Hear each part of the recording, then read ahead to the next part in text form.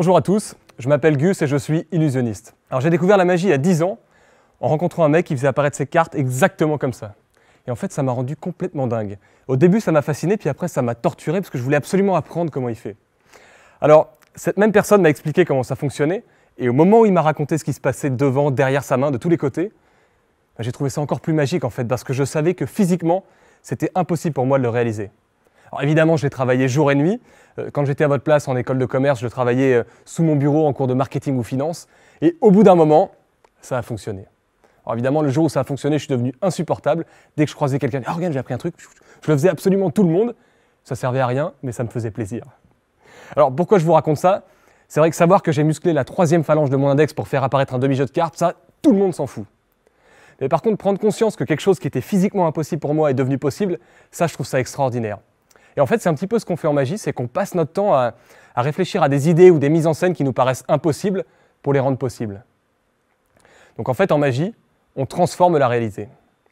Alors à travers cette conférence, j'aimerais vous parler un petit peu de cet état d'esprit et vous inviter vous aussi à essayer de transformer votre réalité pour peut-être réaliser des rêves ou des projets qui vous paraissent inaccessibles. Alors les projets, ça peut être créer une entreprise, une ambition artistique, ouvrir une pâtisserie, ce que vous voulez. La seule chose, c'est qu'au moment où je vous parle, on est en plein 3e confinement. Donc si votre projet, c'est d'ouvrir un resto, c'est pas vraiment le bon timing. Alors, j'ai bien conscience que j'ai aucune leçon à donner à personne, mais si je suis devant vous aujourd'hui, c'est... bon, déjà, c'est parce qu'on me l'a demandé, mais aussi c'est parce qu'il y a 10 ans, je rêvais de devenir magicien et faire des spectacles, et aujourd'hui, c'est devenu mon métier. Donc j'aimerais vous partager 5 trucs qui m'ont aidé à réaliser ce projet.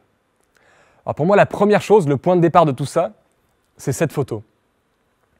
En fait, c'est super important de prendre conscience qu'il faut absolument décomposer son rêve en petites étapes accessibles. Par exemple, dans mon cas, mon rêve était de faire un spectacle. Donc on va imaginer que le nuage représente le fait d'avoir mon spectacle à Paris. Alors, le premier barreau de cette échelle avec plein de petits barreaux, c'était d'aller voir mes parents et de leur expliquer qu'après 5 années d'école de commerce, je voulais être magicien. Alors ça a été très rapide, ça a pris 5 minutes évidemment, aucun souci avec mes parents. Deuxième barreau, un petit peu plus compliqué. Deuxième étape, il fallait que je trouve un restaurant pour travailler au pourboire. Parce qu'en fait, en magie, le meilleur moyen de progresser, c'est de faire un maximum de magie à un maximum de gens. Donc évidemment, travailler au pourboire dans un restaurant, ça permet de rencontrer plein de gens. C'est comme ça que j'ai décidé de devenir magicien saisonnier. Donc pendant 3 ans, j'ai travaillé l'été à Saint-Tropez et l'hiver à Val d'Isère. Ouais, je m'étais plutôt bien organisé. Alors évidemment, dans ce contexte, on rencontre plein de gens différents. Et il faut savoir que pour moi, toutes les tables, ou même toutes les personnes à qui j'ai fait de la magie, qu'ils soient restaurateurs, artistes, ou président de la République, ou simplement vacanciers, chacune de ces personnes représente un petit barreau de mon échelle qui m'ont emmené jusqu'au projet de spectacle. Et un jour, l'une de ces étapes, ce petit barreau, c'est Arthur, qui a décidé de produire mon spectacle. Et donc ça y est, on y est. En 30 secondes, on est arrivé sur mon petit nuage. C'était mon rêve, avoir mon spectacle à Paris. Ce qui est marrant, si vous regardez cette photo, c'est que le petit bonhomme de droite, lui, il est complètement bloqué en bas et en fait, il ne peut pas avancer parce que je pense que ce petit bonhomme à droite, il symbolise tous les gens qui veulent absolument prendre des raccourcis et faire des pas de géant, alors que le plus efficace pour se rapprocher de son rêve, c'est de fonctionner par petites étapes accessibles. Et il y a autre chose peut-être que ce petit bonhomme à droite n'a pas compris, c'est qu'il faut accepter, attention, deuxième photo, de sortir de sa zone de confort. Alors cette photo, elle est très simple à comprendre.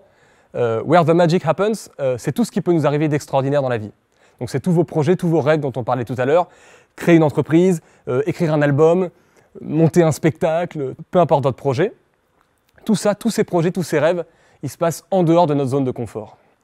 On ne peut pas espérer avoir des résultats différents dans nos vies si on fait tous les jours les mêmes choses ou les mêmes actions. En fait, ça serait fou d'espérer qu'il nous arrive des choses extraordinaires si depuis toujours, on a des habitudes qui sont ordinaires. Alors, il y a plein de manières de sortir de sa zone de confort, mais pour moi, la plus importante, c'est de rencontrer un maximum de gens. En fait, il faut se débrouiller pour rencontrer tous les gens qui peuvent potentiellement nous aider dans nos projets et oser leur parler et leur raconter tout simplement ce qui nous fait rêver parce que, en fait, on n'a pas conscience de la quantité de gens qui peuvent nous aider dans ce monde à réaliser tous ces projets. Je me souviens encore un exemple en école de commerce, on était très nombreux à vouloir créer notre entreprise. Et il y a un style d'entrepreneur que je trouve très bizarre, c'est que ce sont des gens qui sont secrets. Mais ce n'est pas des gens qui sont secrets parce qu'ils ont trouvé quelque chose qu'ils ont breveté, que la NASA a refusé, qu'ils vont vendre à quelqu'un d'autre. Non, ils veulent absolument protéger leurs idées de potentiels concurrents. Le problème de cet état d'esprit, c'est qu'en voulant se protéger de potentiels concurrents, on se protège de potentiels investisseurs, mais aussi de potentiels clients. C'est pour ça que je suis convaincu qu'il faut partager au maximum ses idées. Et en plus, ce qui est génial, c'est que plus on partage nos idées, plus on s'engage auprès d'interlocuteurs différents, et on sait pertinemment quand on va revoir ces mêmes personnes 2 semaines plus tard, ils vont nous dire alors ça a avancé ton... Et si on n'est pas sorti suffisamment de notre zone de confort, on risque de les décevoir. Alors on va passer à la 3e partie de cette conférence, donc 3e photo. Ah oui, moi ma conférence est très simple, hein, c'est 5 parties, 5 photos. On ne va pas se faire de claquage. J'ai trouvé quelqu'un qui a pour moi le meilleur état d'esprit du monde pour partager ses projets. Lui. Alors, s'il fallait résumer cette photo, je dirais que nous sommes ce que nous pensons être. Je ne sais plus qui a dit ça, je ne sais même pas si quelqu'un l'a dit, mais ça explique parfaitement ce que j'ai envie de vous expliquer. Je vous laisse la répéter une fois dans votre tête. Nous sommes ce que nous pensons être. Vous voyez, je suis convaincu que ce petit poisson avec son costume, il nage tranquillement au milieu des requins et qu'il n'a aucun problème. Et bien, je pense qu'on devrait tous s'inspirer de son comportement en termes d'énergie pour partager nos projets. Par exemple, si j'arrive avec cette conférence et que je suis surchargé en énergie, et que j'arrive et que vraiment vous sentez que je suis hyper excité parce qu'il faut que je vous partage un truc qui est incroyable, qui m'a aidé moi, donc peut-être ça va vous aider vous, bah, normalement mon énergie est contagieuse et vous aussi vous êtes un petit peu excité. Bon là en l'occurrence il n'y a personne, mais j'ai assez d'excitation pour les 500 sièges qui sont vides, donc ça c'est pas grave. Regardez, autre contexte, quand je travaillais au pourboire à Saint-Tropez par exemple, donc il faut se projeter un petit peu, c'est le pire contexte du monde pour faire de la magie, c'est-à-dire que les gens ne vous attendent pas, vous connaissent pas, il y a de la musique super forte, donc on ne s'entend même pas quand on discute, on ne sait pas quelle langue ils parlent, et le pire, ils sont en train de manger. Donc quoi qu'il arrive, on les dérange. Et pourtant, je savais pertinemment que si j'arrivais avec la bonne énergie et enthousiaste, j'étais sûr d'embarquer la table avec ma folie. Et puis ça pouvait durer 15 minutes, 30 minutes, les gens mangeaient froid, mais c'est pas grave, on passait un super moment ensemble. A l'inverse, si j'arrive à cette même table, mais je ne sais pas trop si j'ai envie d'y aller, je suis un peu gêné, j'y vais pas, et ce même sentiment devient contagieux, donc je suis gêné, donc je deviens gênant, donc il ne m'accepte pas à la table. Donc pas de magie, pas de pourboire, pas de spectacle. Alors évidemment, c'est beaucoup plus facile pour un magicien d'aborder les gens parce que le jeu de cartes, c'est un petit peu comme le costume de ce poisson. Mais la bonne nouvelle, c'est que les mécanismes de mimétisme humain, ils marchent quel que soit le contexte. Si vous adressez à quelqu'un et que vous lui partagez quelque chose en souriant sincèrement, il y a 99% de chances qu'il sourit. Si vous voulez qu'on trouve votre projet passionnant, il faut absolument que vous soyez passionné. C'est tellement bête, mais moi je suis convaincu que c'est la clé dans la manière de partager son projet avec les autres. Mais alors parfois on est passionné, on est dans le bon état d'esprit, mais on n'arrive pas à se débarrasser de la peur. Alors le gros souci avec la peur, c'est que plus on a peur de quelque chose, plus on a de chances que ça arrive. En gros, si vous avez peur d'échouer, vous êtes sûr d'échouer. Je vais vous l'étayer avec un petit exemple très simple. Imaginez que vous vouliez faire un salto arrière en ski ou en snowboard. Donc vous partez dans la descente, à fond évidemment, parce que pendant un petit instant vous avez la confiance. Puis au fur et à mesure que la bosse se rapproche, vous avez peur, vous freinez, encore plus peur, vous freinez encore plus. Là vous faites un tout petit saut, un demi-salto et hop, la tête dans la neige. Et c'est la même chose, par exemple, avant de monter un spectacle, on a tous un petit peu des petites appréhensions, on a peur. Et moi, ma petite routine avant de monter sur scène, c'est d'essayer de transformer cette peur en excitation ou en adrénaline. Alors c'est facile à dire, mais il y a des techniques. Moi, par exemple, ce que j'aime faire, c'est de remixer un petit peu mes pensées. Si par exemple, je regarde derrière le rideau et je me dis « Oh, mais tous ces gens, mais ça me stresse, je ne sais même plus ce que je dois leur dire, c'est la catastrophe. » Et bien, plutôt que penser ça, je pense à ces mêmes personnes, mais dans un autre contexte. Je me dis, il y a une demi-heure, on est en plein hiver, ils ont mis leur gros manteau, ils sont partis dans leur voiture comme ça en famille, et ils sont venus ici pour faire la teuf avec moi. En fait, ça peut que bien se passer. Donc voilà, c'est une petite gymnastique à faire dans son cerveau, même si évidemment, le plus important, et ça c'est vraiment bateau, mais c'est pourtant la vérité, c'est l'entraînement, ou le travail, comme on aime dire à l'école. Plus on est entraîné, moins on a de chances de se faire abîmer par la peur. Mais il arrive parfois que la peur persiste et qu'on n'arrive vraiment pas à s'en débarrasser. Alors pour ça, j'aimerais vous proposer une autre technique qui ressemble un petit peu à une manipulation qu'on peut utiliser en magie. L'idée, c'est d'essayer de tromper ou mystifier son cerveau. Donc reprenons l'exemple classique d'école de commerce où vous devez pitcher votre projet à un investisseur potentiel et que vous savez que cette personne peut changer votre vie. Ça, c'est un contexte insupportable parce que vous savez très bien que vous savez pitcher votre projet. Vous l'avez raconté 10 000 fois, vous l'avez raconté à vos familles, à vos proches, aux gens du métier. C'est factuel, vous savez le faire. Mais ce jour-là, pour je ne sais quelle raison, parce que cette personne est si spéciale pour vous, votre corps a la capacité de s'auto-saboter. Et ça, c'est insupportable.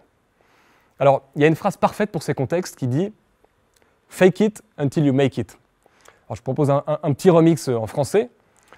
Pour moi, si on a peur ou si on manque de confiance en soi, il faut réussir à se conditionner pour créer l'illusion de la confiance en nous. Alors évidemment, c'est à prendre comme un jeu, mais je peux vous assurer que si vous jouez sincèrement, cette illusion de confiance devient réelle et vous finissez par vraiment avoir confiance en vous. Donc j'ai un exemple d'un jour où j'ai utilisé cette technique, c'est à l'époque où je travaillais à Saint-Tropez. Je reçois un coup de fil et on me demande de venir faire un spectacle pour très peu de personnes sur un bateau. Et on me dit attention, habille-toi bien, prépare des bons trucs parce que c'est quelqu'un de célèbre. Donc je raccroche, après de toute façon tout le monde dit ça là-bas, donc je me dis bon, tout va bien se passer. Et donc je monte sur le bateau, je vais dans le salon. Oui, parce qu'en fait c'est des bateaux avec des pièces. Il y a des salons, des chambres, des cuisines, c'est assez bien organisé. Et là dans le salon face à moi, Elton John et sa famille. Donc évidemment je suis en état de choc, parce que je suis fan absolu d'Elton John. Sauf qu'au moment où je suis en état de choc, je suis censé commencer mon spectacle. Mais j'ai plus du tout envie de faire de la magie là. J'ai envie que tout s'arrête, lui faire apparaître un piano et que ce soit lui qui me fasse un concert. Et ben je peux vous jurer que j'ai dû puiser dans des ressources insoupçonnées pour trouver un semblant d'illusion, de fragment de confiance en moi et lui dire Hi Elton, pick a card. Bah oui, parce que j'étais là pour ça en fait. Et le pire, c'est que cette illusion de confiance, au fur et à mesure de ce spectacle, elle est devenue de plus en plus vraie et ça s'est super bien passé. Il y a une autre méthode qui est un petit peu moins psycho, mais qui, en fait, quand je suis dans une situation un petit peu compliquée et que je ne sais pas comment gérer quelque chose, j'aime bien penser à des professionnels du métier que j'admire et me dire comment réagirait cette personne s'il était à ma place. Et très souvent, cette personne me trouve une solution sur le vif, comme ça, gratos. Alors c'est un petit peu comme si j'avais un conseil de sage à la disposition de mon imaginaire. Ça, même chose, je suis sûr que vous admirez plein de gens dans vos métiers, donc je vous conseille vraiment d'utiliser cette technique. Voilà, c'est quasiment tout ce que je voulais vous dire. Vous savez comment je suis devenu magicien, d'abord dans ma tête, puis finalement dans la vie. Donc s'il fallait retenir une seule chose, je dirais qu'en magie, on utilise des techniques pour transformer la réalité. Alors j'espère que vous pourrez transformer la vôtre et réaliser vos rêves. Merci de m'avoir écouté, à très bientôt.